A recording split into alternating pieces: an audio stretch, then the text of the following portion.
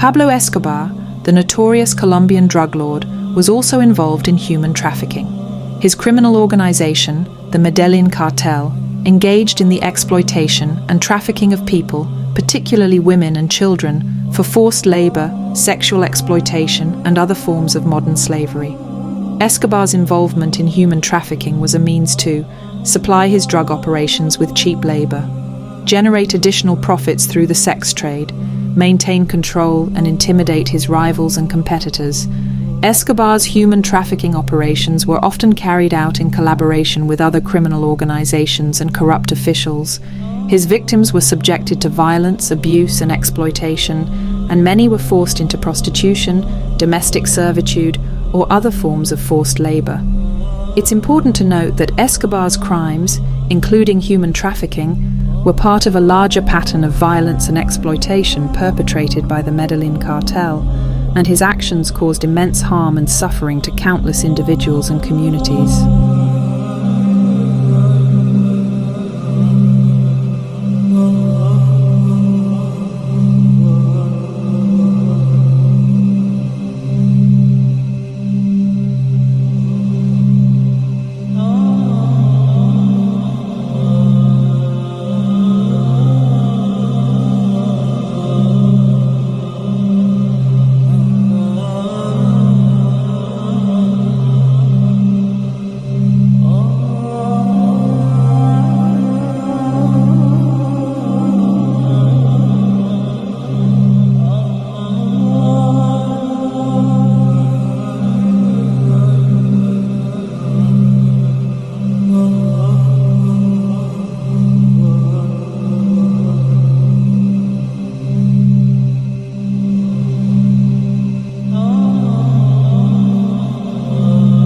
The connection between drug lords and human trafficking is clear. Both industries thrive on exploitation and violence.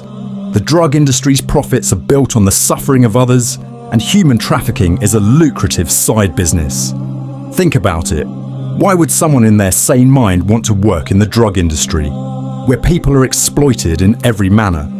So it turns out nobody works here willfully. It is due to their own situation of hardship that they are forced into such labor. It means that the drug and human trafficking industry both profit when unemployment in an economy is high.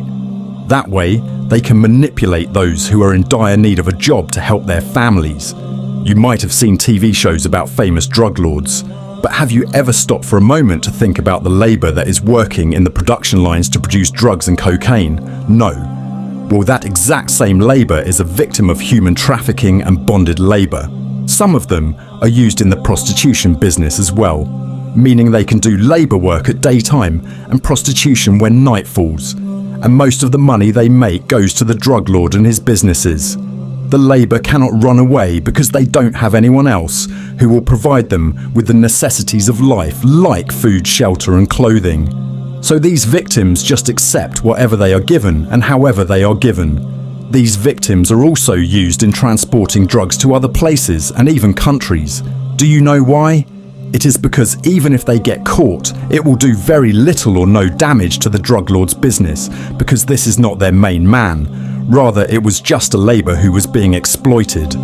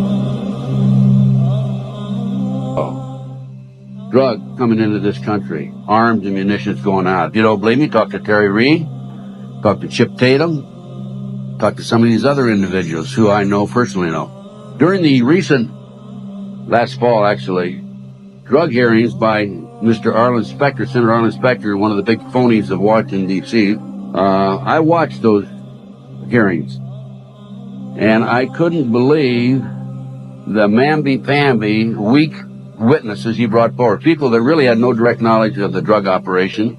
And that hearing was about bringing drugs into South Central LA by the CIA. I sent him a list of 16 names of people who had personal direct knowledge of drugs being brought into this country by the CIA.